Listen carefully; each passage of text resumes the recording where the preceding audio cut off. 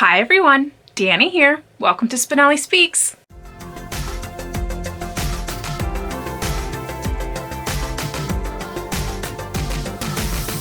Hello and welcome back to episode 2 of our Jane Austen's Table series. Now, if you saw the last video, which was the first episode, I did some French toast. It was some other name, but it was definitely French toast. Now today, since it does happen to be Valentine's Day, I did decide to go with a dessert. Now, if you are new here, I hope you take some time and hit that subscribe button as well as the notification bell, because you're going to want to know each time I do a new video, not only from Jane Austen's Table, but from all of the other areas of bookish events that may be happening. Now, if you are new, this is a series where I am making recipes out of one specific recipe book, and that is Jane Austen's Table. Now, these are recipes inspired by the works of Jane Austen. And like I said, today I am making a dessert as it is Valentine's Day, so I figured it would be fun to do something more sweet. Last time I did a breakfast. Now, like I did last time, I'm going to go ahead and give you kind of the little ins and outs of what's on this page, as the book does have fun little excerpts from what would have been eaten at that time and why this recipe was inspired by which work.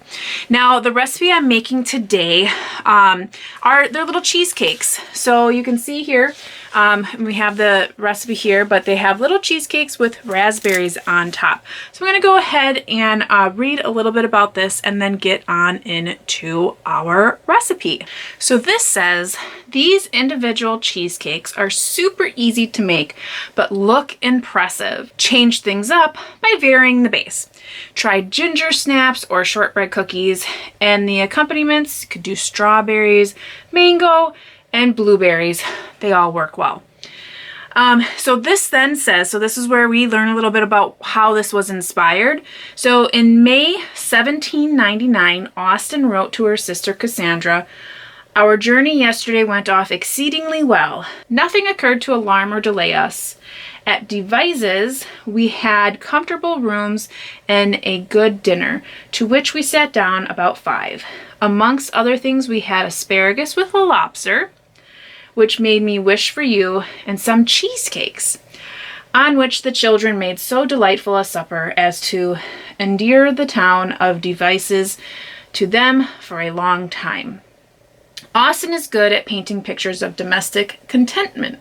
She certainly knew that happiness lies in small things, and undoubtedly that one of those small things was cheesecake. The cheesecake of the period was somewhat akin to an almond-thickened custard bake, baked in a pastry case, but we think this more modern take on the cheesecake would have pleased the Austen children just as well." And that's what I think sometimes when I'm looking at some of these recipes. I'm always wondering, like, could they even make this back then? So it's nice that they actually address some of that in the recipe. And you'll notice that I have tweaked a few things just for my own taste, and we'll kind of get through that when we go through the recipe. So just so you are aware, this only serves 6. So it's only to make 6 little cheesecake cupcakes, basically. I will say, when I made the graham cracker crust and the cheesecake itself, I think you could probably push it to more like 7 or 8. Probably 8. I would say you'd probably be okay with making 8 altogether. So here are the ingredients. So like I said, it serves 6, and it says the cooking and prep time is about 30 minutes, give or take. Depends on how long it takes you to put everything together. But you need 1 cup of graham cracker crumbs, 2 tablespoons unsalted butter melted, a generous 3/4 cups of cream cheese. Then you have a 1/4 cup of superfine sugar. I just used regular sugar.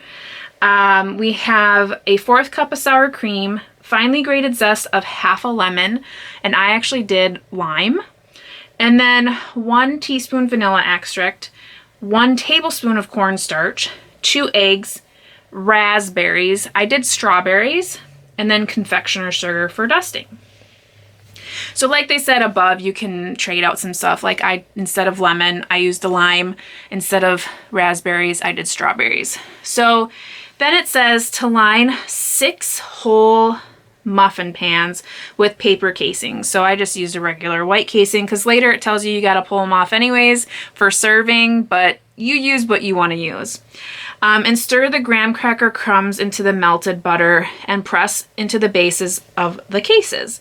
Chill while you make the filling. Now I used my food chopper from Pampered Chef. I used to be a Pampered Chef consultant, and let me tell you, this thing worked so well to chop up the graham cracker. I think I used like 5 graham crackers, and I just, popped them in half and then put them in the little round thing, and you're probably seeing that right now, and you just crunch it up, and it's quick, it's easy. There's hardly any mess, and that made a perfect super fine graham cracker dust for the crust, which was really nice.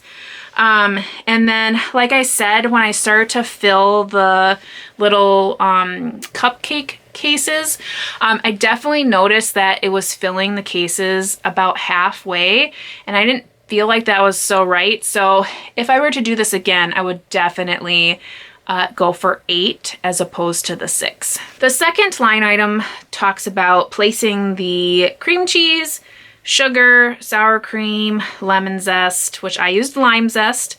And for the lime zest, again, Pampered Chef is so awesome. I used their micro zester, and that worked so well. I do want to remind everybody before you use any fruits or vegetables to make sure you're washing them. And then specifically with zesting, make sure you're not zesting too far into the rind, because then you're going to get a really bitter taste. So once you see that bright green color or yellow color or orange color, whatever kind of citrus you're zesting, make sure you move on to another location, because if you get more of the rind, it's going to be quite bitter. Then you're also going to put in your vanilla extract, your cornstarch, and eggs, and then you're going to beat that together. I used my KitchenAid mixer, and it worked okay. And then I kind of hand whisked for a little while, but the cream cheese was so clumpy and kind of wasn't mixing well that I decided to try to microwave it a little bit. So I microwaved it in like 5 and 10 second intervals to try to melt that down just a little bit. Now do be careful when you're microwaving, because you don't want to microwave it too much that the egg or anything kind of scrambles. So I did that for a little while, and then I whisked it again, and that seemed to make it meld a little bit more. So by the time that I was pouring it in, so then the third step says to spoon the mixture over the graham cracker bases and bake at 325 for 20 minutes. And like I said, when I was pouring that in, I could definitely tell like it's more like 8 muffin tins. So I just kind of filled one casing with just the cream cheese filling and called it a day. And then you're going to leave that to cool in the pan for 5 minutes after bake time. Now, depending on your oven's temperature, like my oven is definitely going, we need a new one. So I have to kind of jiggle with it. Always use the toothpick test.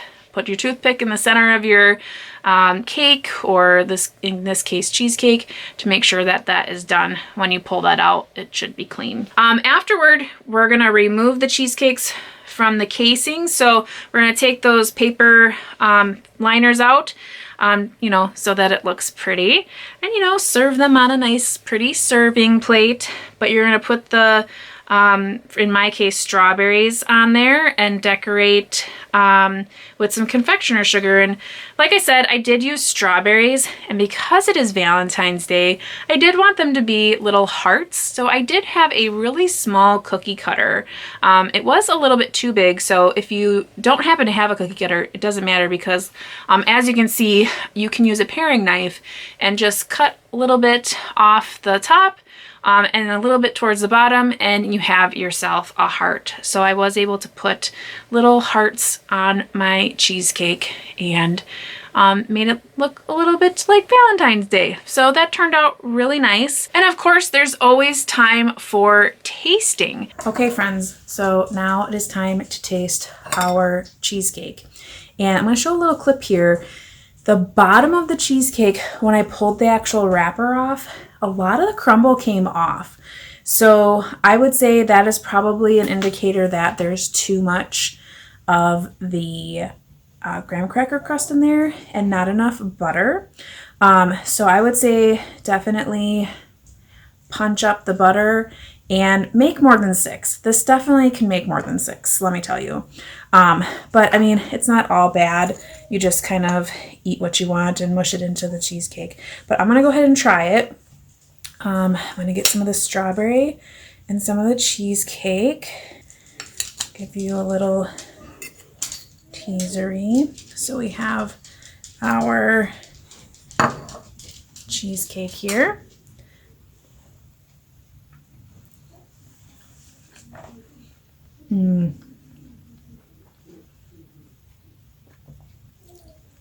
That is really good. And I think they say to serve it warm, which I've never had warm cheesecake. And this, I wouldn't call it warm, but it's not cold. I really like the lime flavor. So depending on what citrus you put in yours, you're definitely going to be able to taste that. That is really good. I really like it. This is really tasty. I think if I were to make this again, I would definitely use the lime again. Let's see. Yeah, you can definitely taste the lime throughout. It's really good. The consistency is really good, so I'm glad that I tried to whip the cream cheese a little bit more. And yeah, strawberry is a good touch. I bet mangoes or raspberries would be really good too. But yeah, I think this is going to be another fan favorite. So like you saw, not only did I enjoy the cheesecake, but my family did as well. And it was a nice Valentine's Day treat. I have been having so much fun. I've only done 2 recipes, but let me tell you, it has been really nice to do something different and feel like you're doing something a little bit literary in the kitchen. So until next time, I hope you are reading something great, taking care, and staying safe. And as always, you know how it goes. Happy reading. Bye.